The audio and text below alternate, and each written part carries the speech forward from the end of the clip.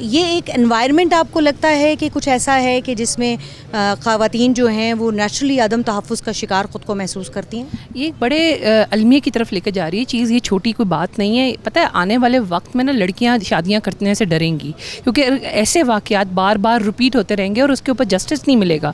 تو بچیاں شادیاں کرنے سے ڈریں گی, وہ اپنے آپ کو خود مختار بنا رہی ہیں جو کہ آلریڈی, وہ آگے فیملی سیٹ اپ پہ جانے سے ڈریں گی. تو دو چیزوں کی بہت شدید ضرورت ہے. ایک تو ہمیں اپنے لا کو بہت سخت کرنے کی ضرورت ہے, سزا اور جزا کا عمل بہت جلدی ہونا چاہیے. ڈومیسٹک وائلنس بل بھی کچھ عرصہ پہلے پاس, لیکن اس کا کیا فائدہ ہوا؟ اس کا کیا فائدہ ہوا؟ قوانین موجود ہیں, کسی قانون میں یہ نہیں لکھا ہوا کہ آپ عورت کا قتل کر سکتے ہیں یا مرد کا قتل کر سکتے ہیں یا بچے کو آپ اذیت دے سکتے ہیں, کسی قانون میں یہ نہیں لکھا ہوا. لیکن کیا اس پہ عمل ہو رہا ہے؟ نور مقدم کا کیس کتنی دور ہے, ابھی تک بیٹھا ہوا ہے وہ انسان. تو اگر جب عمل ہی نہیں ہو رہا تو پھر آپ کو پتہ ہے جب سزا جزا کا معاملہ ہی اتنا لیٹ ہو جانا ہے تو کہاں سے آپ کچھ کر سکیں گے. ایک تو یہ, دوسرا ماؤں کو تربیت کرنے کی ضرورت ہے اپنے بچوں کی, جہاں پر بتانا ضروری ہے کہ عورت کا مقام اور عورت کا مقدم ہے کیا, وہ بتانا بہت ضروری ہے ہمیں. یقیناً گھر سے ایک چھوٹی سی یہ شروع سے جو ہے وہ تربیت کی ضرورت ہے, یہ تو ہم ہمیشہ بات کرتے ہیں. لیکن کچھ مسائل ایسے بھی ہیں کہ جن کو ایڈریس کرنے کی ضرورت ہے, کہ وہ جو میں جس معاشرتی پریشر کی بات کری تھی, کہ اگر فرض کریں ایک خاتون سمجھتی ہے کہ وہ گھر میں سیف نہیں ہے, جس گھر میں وہ رہ رہی ہے وہاں پر کوئی تشدد اس کے اوپر ہو رہا ہے, کوئی وہاں پر اس کے ساتھ زیادتی ہو رہی ہے, وہ خوش نہیں ہے وہاں پر, تو why not she can go back to her parents home. تو یہ بڑے سوالات ہیں کہ آخر ہمیں اپنے بچوں کو بھی اور بچیوں کو بھی یہ ایک تحفظ دینے کی, یہ ایک سوچ دینے کی ضرورت ہے کہ یو ہیو سم ون جو آپ کو پیچھے جو ہے وہ کیئر کرے گا. لیکن یہاں پر ہمارے ساتھ ایک اور خاتون موجود ہے. السلام علیکم. وعلیکم السلام. کیا نام ہے آپ کا؟ عائشہ. عائشہ, کیا کرتی ہیں آپ؟ I am a sociologist and I am a researcher from Quaid-e-Azam University. تو آپ کو کیا لگتا ہے یہ ہنا جاوید کا کیس کیا انڈیکیشن دے رہا ہے؟ It's very shocking to be very honest, کیونکہ ہنا جاوید کا کیس پہلا کیس نہیں ہے. We have had Sania Zahra, we have had نور مقدم جیسے آپ نے مینشن کیا تھا, یا مانور بلوچ تھی, اور the girl from Texila. Number one, there are certain variables جو یہ کاز کرتے ہیں, right? پہلے ہم دیکھتے تھے کہ ایک different socio economic back ground کے اندر اس طرح کے کیسز زیادہ سامنے آتے تھے. اس میں لائک پہلے یہ بات کی گئی کہ کیریکٹر اساسینیشن کی بات کی جاتی تھی, یا سرٹن ایکٹیویٹیز کی بات کی جاتی تھی جو کہ بنیاد بنائی جاتی تھی آنر کلنگ کی and so forth. This case has really رنگ می اور struck me differently because this comes from a socio economic back ground جس سے ہم ریلیٹ کر سکتے ہیں, اور یو کوڈ سے لائک, اور مے بی ہم نہیں بھی ریلیٹ کر سکتے because that's like a elitist socio economic background and a well educated socio economic background. And if he was a professor or someone in the faculty of NUST, right, and he is stated to be an MBBS doctor, has the education played its part to raise a responsible human being? We're not talking about a good son, a good husband, a good brother. ٹھیک ہے, we're just talking about a responsible human being. تو اس کے اندر کون سے institutions ہیں جن کی accountability count ہوتی ہے؟ فیملی ڈیفینیٹلی ہوتی ہے, ریلیجیس ایجوکیشن بھی ہوتی ہے, ایجوکیشن اٹ سیلف بھی ہے کہ if he has gone to school for like 16 or 18 years, what has he really learned out of it? And the fact that we have such little patience and the agency and the freedom that men have the capability to kind of like experience or to implicate on women who are not actually uneducated, that woman. لیکن اب یہ ایک trend ہم دیکھ رہے ہیں کہ جو کیسز سامنے آ رہے ہیں ان میں یہ ایجوکیشن کی کہیں کمی نہیں ہے. ہم کہتے ہیں یار ایجوکیشن دے دیں تو پھر شاید بہتر ہو جائے گا, لیکن یہ ایک مائنڈ سیٹ ہے شاید, اور یہ ایک صرف 1.3%. ناظرین, یہ بڑا امپورٹنٹ بات ہے کہ جو بیورو آف اسٹیٹسٹکس ہے وہ یہ کہتے ہیں کہ صرف 1.3% کیسز ایسے ہیں جو کسی انجام کو پہنچتے ہیں ڈومیسٹک وائلنس کے, جن کے اوپر کوئی ایکشن ہوتا ہے. تو سزا و جزا کا نظام بڑا امپورٹنٹ ہے. تو کیا ایک اور بھی اس کے ساتھ, جی جو میں نے ابھی بات کی, اس کے ساتھ آپ مجھے یہ بھی بتائیے گا کہ کیا یہ امپورٹنٹ نہیں ہے کہ ہم اپنی بچیوں کو بھی یہ شعور دیں کہ بھئی اگر کسی کے ساتھ گزارا نہیں ہو رہا تو بیٹا گھر آ جاؤ, وہاں مار کھانے کی ضرورت نہیں ہے. تو یہ ہم کیوں نہیں بتاتے اپنی بیٹیوں کو؟ اگین خود مختاری کی جیسے پہلے بھی بات ہوئی ہے, تو مجھ سے کمپلیٹلی اگری کرتی ہوں کہ خود مختاری ایگزسٹ کرتی ہے. ہاؤ ایور ہم سب کانٹیننٹ سے جڑے ہوئے تھے اور ہم نے پاکستان میں تبدیل کیا, جو کہ ابھی لائک ہارڈلی 80 ایئرز ہوئے ہیں. ہماری کلچر اور ریلیجن کے اندر اتنا گیپ اور اتنا لیگ ہے کہ ہم آج تک یہ نہیں سمجھ پائے ہیں کہ ہم مسلمان ہیں,